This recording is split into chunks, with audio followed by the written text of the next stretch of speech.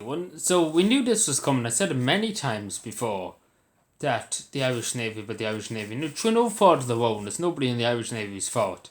It's this government, and we have two clowns, two gumbeans. Former Minister for Defence Paul Keogh, who was useless, and we have another useless bollocks, Simon Coveney, who's off floating with EU diplomats and the rest of that. He's good at that. He's good at being Minister for Foreign Affairs, licking up to every country's arse.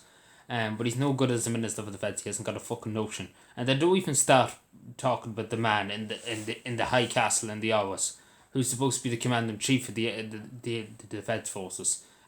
He said it once that they should be getting proper pay and conditions. Then did fuck all about it. I'm sure he has more of a woe and he can say it a bit more. I'm sure he can call up Simon Coveney and be like, why is my defence forces in a state?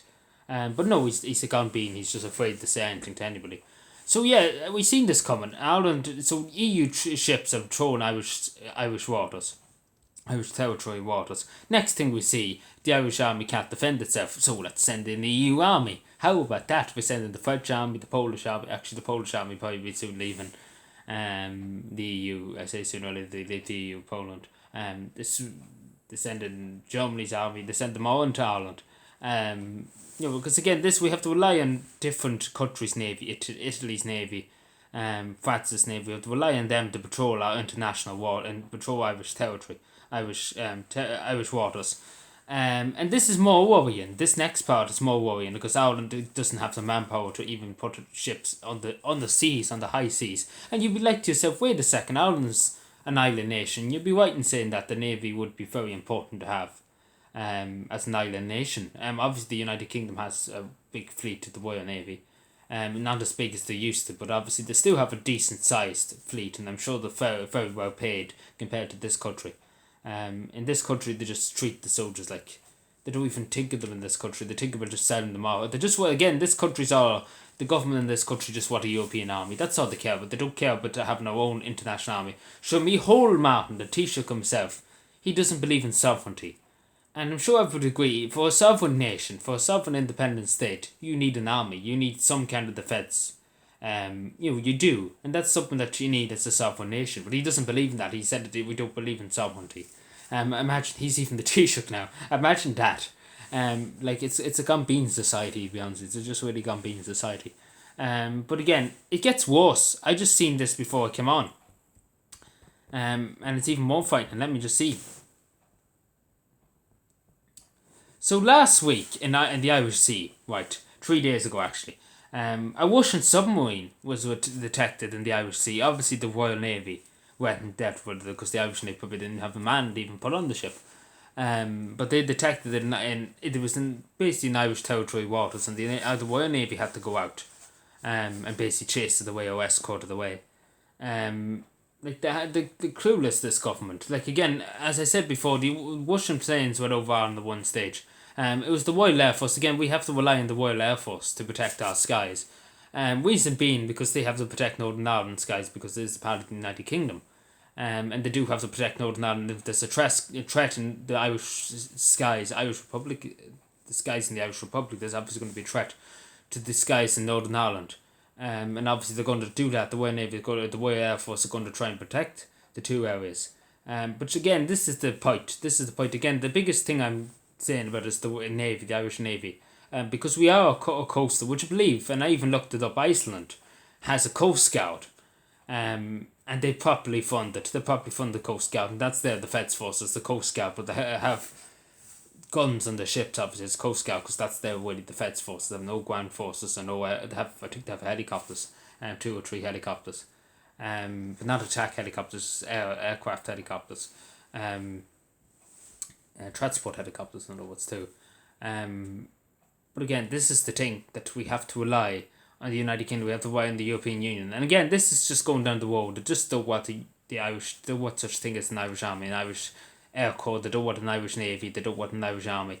They want to abolish all that and one European army. That's their goal. That's the main goal in this government. That's why they don't care to fund the Navy or the army. But they'd be surely mistaken. Obviously, as I say, the Russian submarines in Irish territory waters would be very, very suspicious. Again, you would be understand if that was a UK submarine, you'd be like, yeah, that's fair enough, because it's next door to us. But why is a Russian submarine off an Irish coast? That's the question we have to ask ourselves. And why is before that, why was the Russian planes flying over Ireland?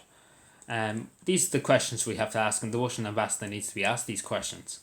But again, gone beans in the government don't care. Simon Coveney be too busy licking up trying to get more money for himself. And you take OT, you're going to talk about this, not a hope. As we often say, OT has in Simon Coveney, that Simon Coveney's well in with OT. In fact, his brother's in OT, so nothing really said. I think he's the chief broadcaster in OT. So there'd be very little said about this. It'd be all brushed over, nothing to be said. They'd be like, me whole man is committed to having a strong independent army. And they'd be just like, no queer, just saying, His Majesty, me whole man, in I don't know, what's everybody to join the European army and to support the European army instead of threat against everybody who wants an Irish army. We must annihilate these people. That's basically what's coming next in this country, because it's got to that point of just communism. Like, we might as well get the Red Army in at this stage. They probably would be better than the Irish government, probably, first of all. But I tell you something for nothing. It's a sorry state of affairs. It is a really sorry state of affairs. And it's a sorry state of affairs. I was thinking today, and I was saying to somebody, that Michael Higgins holds the same title as Michael Collins, Commander-in-Chief of the Army. And he's fucking terrible at it, Michael Higgins, as person. He has one role, to be head of state, and again, his second role is to be Commander-in-Chief of the Army, the Defence Forces. And I'm sure to God he has some kind of power to move the minister on, or to do something, because again, he is the overall commander. And the Minister of Defence answers to him, I'm sure. It's answerable to him on what's happening. But again, Michael Higgins is clueless. And again, I think Michael Collins would be thrown in his grave with everything that's happening in Ireland alone. And then he'd be thrown in his grave about what's happened to the National Army and what's happening to the National Navy and the Air Corps. And how we live in our soldiers to die in the street. I don't know what Michael Collins would say about that. I don't know what he would say about Irish citizens lying in the street either, or Irish citizens that can't afford to live in this country and moving off to other countries. I don't know what, because of government policy, and I don't know what he would say. I really, really don't know what he would say. I don't know what any of the heroes in 1916 would say. Or the people who fought in the war. And I don't know what my grandmother would have said.